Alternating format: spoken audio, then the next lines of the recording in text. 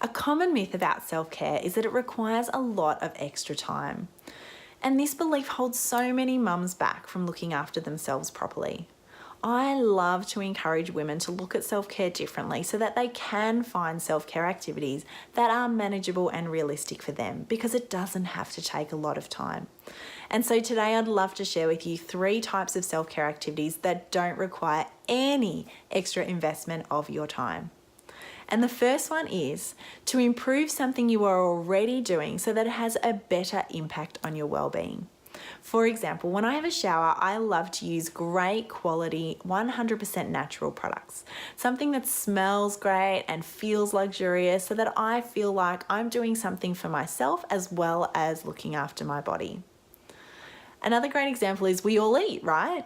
So instead of reaching for that snack that's not so great for our body, like that chocolate biscuit or that cupcake, perhaps we can reach for something that is nutrient dense and really healthy for our mind and body, and still quick and easy, like a handful of nuts or a piece of fruit, just making wiser choices to nourish our body.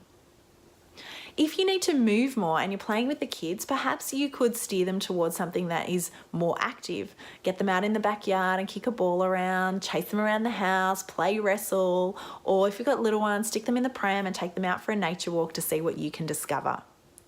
There are lots of opportunities for us to improve the things we're already doing so that they're better for our well-being. The second type of self-care activity that doesn't require any extra investment of your time is to do your daily activities mindfully. Mindfulness involves being completely aware of where you are and what you're doing and being present in that without judgment.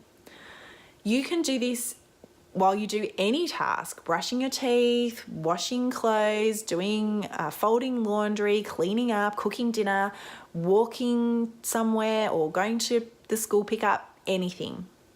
It involves using all your senses. Let me give you an example.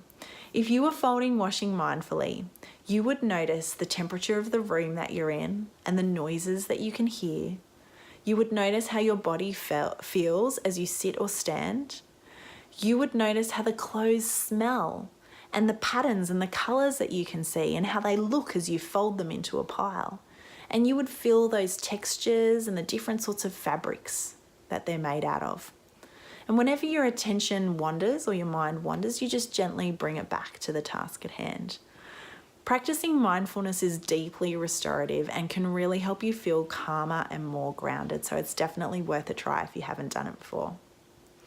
The last type of self-care activity that I'd like to share today that doesn't require any extra time actually also can give you time back, which is amazing. It's one of my favorites.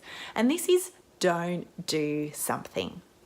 I really believe that we all have at least one thing on our plate, big or small, that we could eliminate without any significant impact. For example, I love the look and feel of freshly ironed bed linen, but these days I never bother. There are way too many beds in our house and too many washing cycles to worry about ironing everything before it goes back on the beds. But perhaps there's something you wanted to do this week that is, it's nice to have, like maybe you're going to bake some muffins or you're going to get to that cupboard that you've been wanting to clean out, but you know what, you're feeling really overwhelmed. Perhaps you don't need to do that this week. Maybe there's something you can delegate to someone else. You can put off till later, or you can just drop all together. Maybe there's something that's been on your to-do list for months and months, and you know what? It's really not that important anymore. Just eliminate it.